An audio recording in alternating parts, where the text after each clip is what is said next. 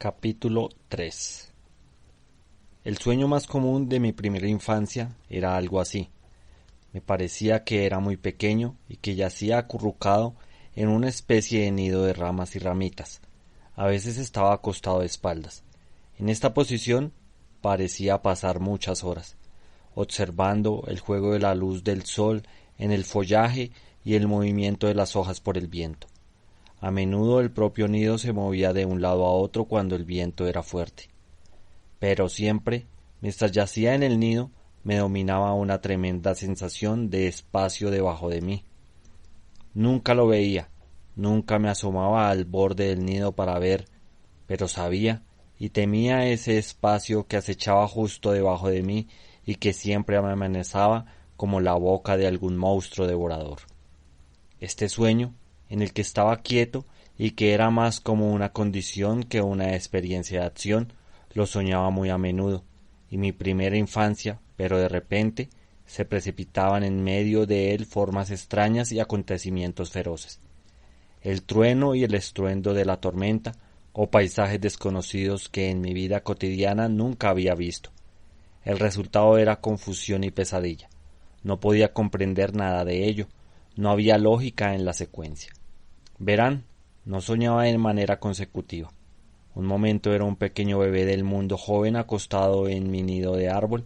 Al siguiente momento era un hombre adulto del mundo joven en combate con el horrendo ojo rojo. Y el siguiente momento estaba descendiendo cuidadosamente el abrevadero del calor del día. Acontecimientos, separados por años en su ocurrencia en el mundo joven, ocurrían en mí en el espacio de varios minutos o segundos. Todo era un revoltijo, pero no les impondré ese revoltijo. No fue hasta que fui un joven y había soñado miles de veces, que todo se aclaró y se volvió claro y sencillo. Entonces fue cuando obtuve la pista del tiempo y pude juntar los eventos y acciones en su orden correcto. Así pude reconstruir el mundo joven desaparecido, tal como era el momento en que viví en él, o en el momento en que mi otro yo vivió en él.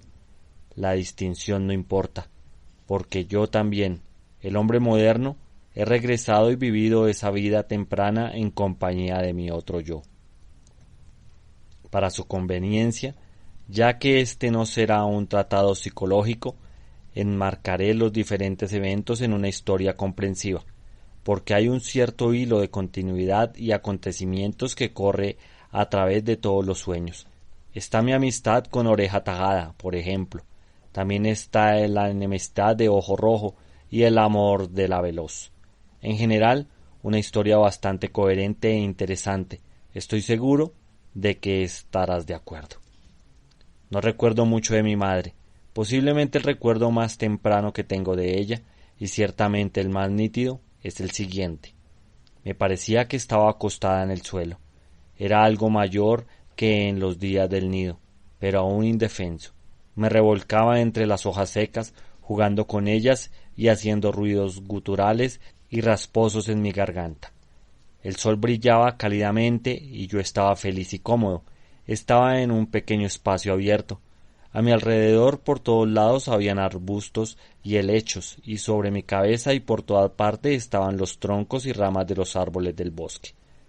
De repente escuché un sonido. Me senté derecho y escuché. No hice ningún movimiento. Los pequeños ruidos murieron en mi garganta, y me senté como petrificado. El sonido se acercó más. Era como el gruñido de un cerdo. Luego comencé a escuchar los sonidos causados por el movimiento de un cuerpo a través de los matorrales. Luego vi los helechos agitarse por el paso del cuerpo. Luego los helechos se separaron y vi ojos relucientes, un hocico largo y colmillos blancos. Era un jabalí salvaje. Me miró con curiosidad. Gruñó una o dos veces y cambió su peso de una pata delantera a la otra, al mismo tiempo moviendo la cabeza de un lado a otro, balanceando los helechos. Aún me sentaba como petrificado. Mis ojos sin parpadear mientras lo miraba, el miedo comiendo en mi corazón. Parecía que esta inmovilidad y silencio de mi parte era lo que se esperaba de mí. No debía gritar ante el miedo. Era un dictado del instinto. Y así me senté y esperé sin saber qué. El jabalí apartó los helechos y dio un paso hacia el claro. La curiosidad se desvaneció de sus ojos y brillaron cruelmente. Movió la cabeza hacia mí amenazadoramente y avanzó un paso. Esto lo hizo de nuevo y una vez más. Entonces grité o chillé. No puedo describirlo, pero fue un grito agudo y terrible. Y parece que eso, también en esta etapa de los acontecimientos, era lo que separaba de mí. Desde no muy lejos vino un grito de respuesta. Mis sonidos parecieron desconcentrar momentáneamente al jabalí, y mientras él se detenía y cambiaba su peso por indecisión, una aparición interrumpió en la escena. Era como un gran orangután, mi madre, o como un chimpancé, y sin embargo, en maneras agudas y definidas, bastante diferente, era más corpulenta que ellos y tenía menos pelo. Sus brazos no eran tan largos y sus piernas eran más robustas. No llevaba ropa, solo su pelo natural, y les puedo decir que era una furia cuando estaba excitada. Y como una furia irrumpió en la escena, rechinaba los dientes, hacía muecas espantosas, gruñía, pronunciaba gritos agudos y continuos que sonaban como ja ja ja ja.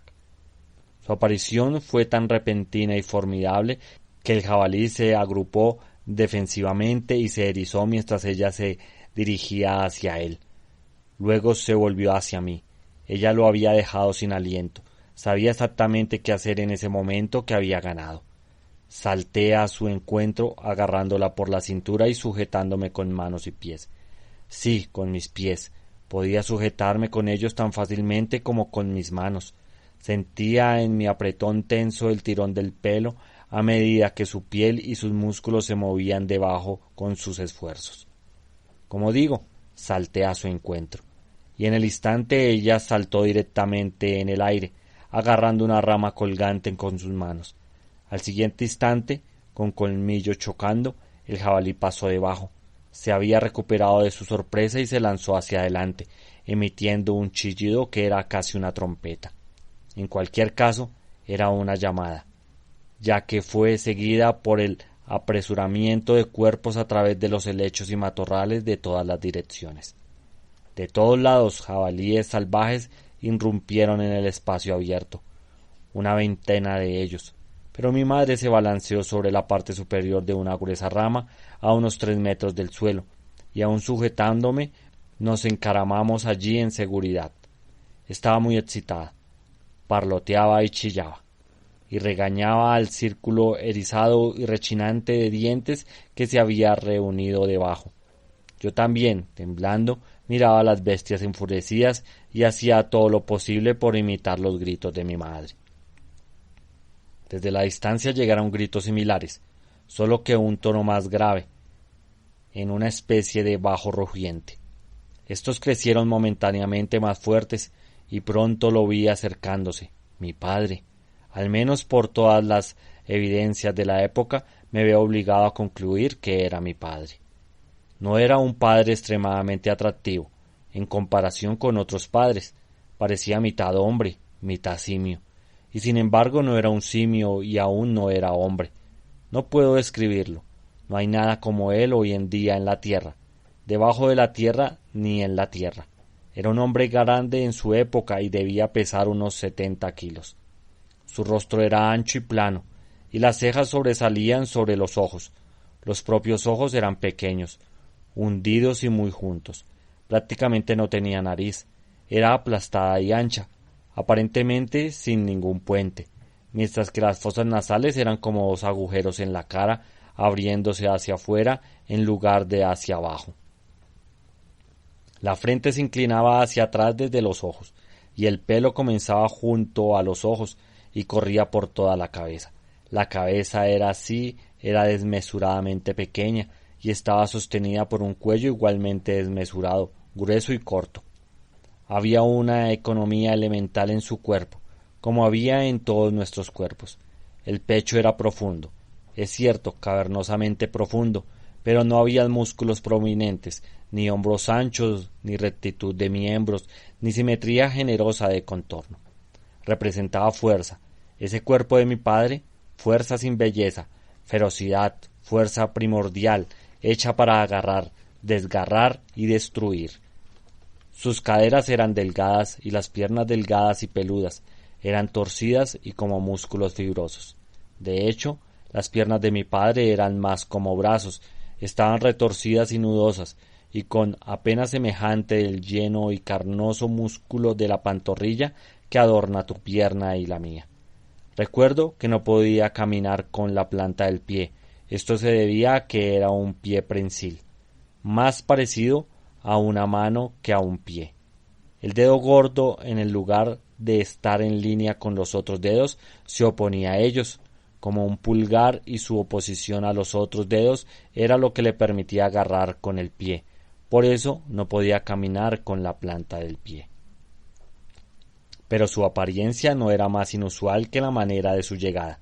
Allí donde mi madre y yo nos encaramamos sobre los jabalíes enfurecidos, llegó a través de los árboles, saltando de rama en rama y de árbol en árbol, y llegó rápidamente. Puedo verlo ahora, en mi vida despierta, mientras escribo esto, balanceándose a través de los árboles, una criatura de 4 manos, peluda, aullando de rabia, deteniéndose de vez en cuando para golpearse el pecho con el puño cerrado, saltando huecos de 3 o 5 metros, agarrando una rama con una mano, balanceándose a través de otro hueco para agarrar con la otra y seguir adelante, sin vacilar, sin perderse en cómo proceder en su camino arbóreo. Y mientras lo observaba sentía en mi propio ser, en mis propios músculos, la oleada y el estremecimiento del deseo de ir saltando de rama en rama, y también sentía la garantía del poder latente en ese ser y en esos músculos míos. ¿Y por qué no? Los niños pequeños ven a sus padres balancear hachas y talar árboles, y sienten en ellos mismos que algún día también balancearán hachas y talarán árboles. Y así fue conmigo. La vida que estaba en mí estaba constituida para hacer lo que hacía mi padre, y me susurraba secretamente y con ambición sobre caminos aéreos y vuelos por el bosque. Finalmente, mi padre se unió a nosotros. Estaba extremadamente enojado. Recuerdo la protusión de su labio inferior sobresaliente mientras miraba con furia a los jabalíes. Gruñó algo como un perro y recuerdo que sus colmillos eran grandes y que me impresionaron tremendamente. Su conducta solo sirvió para enfurecer más a los jabalíes. Rompió ramas y ramitas y los arrojó sobre nuestros enemigos. Incluso colgaba de una mano, provocadoramente justo fuera de su alcance, y los burlaba mientras rechinaba sus colmillos con furia impotente. No contento con esto, rompió una rama robusta y, sosteniéndose con una mano y pie, golpeaba a las bestias enfurecidas en los costados y los golpeaba en los hocicos. No hace falta decir que mi madre y yo disfrutábamos del espectáculo. Pero uno se cansa de todas las cosas buenas, y al final mi padre, riendo maliciosamente, mientras tanto, lideró el camino a través de los árboles. Ahora fue cuando mis ambiciones se desvanecieron y me volví tímido, sujetándome fuertemente a mi madre mientras ella trepaba y se balanceaba a través del espacio. Recuerdo cuando la rama se rompió con su peso. Había hecho un salto amplio, y con el chasquido de la madera me sentí abrumado por la conciencia nauseabunda de caer a través del espacio. Los dos juntos. El bosque y la luz del sol en las hojas crujientes desaparecieron de mis ojos. Tuve un vislumbre desvaneciente de mi padre deteniendo abruptamente su avance para mirar, y luego todo fue oscuridad. Al siguiente momento estaba despierto, en mi cama con sábanas, sudando, temblando, nauseando. La ventana estaba abierta y un aire fresco soplaba por la habitación. La lámpara de noche ardía tranquilamente, y por esto supongo que los jabalíes no nos atraparon, que nunca tocamos fondo. De lo contrario, no estaría aquí ahora, 1000 siglos después, para recordar el evento. Y ahora pónganse en mi lugar por un momento. Caminen conmigo un poco en mi tierna infancia. Compartan una noche conmigo, imagínense soñando tales horrores e incomprensibles. Recuerden que era un niño inexperto. Nunca había visto un jabalí en mi vida. Por lo que sé, nunca había visto un cerdo doméstico. La aproximación más cercana a uno que había visto era el tocino del desayuno chisporroteando en su grasa. Y sin embargo, aquí tan real como la vida, jabalíes salvajes irrumpían en mis sueños, y yo, con padres fantásticos, me balanceaba a través de los elevados espacios de los árboles. ¿Se sorprenden de que estuviera asustado y oprimido por mis noches llenas de pesadilla? Estaba maldito, y lo peor de todo, tenía miedo de contar. No sé por qué, excepto que tenía una sensación de culpa, aunque no sabía mejor de qué era culpable.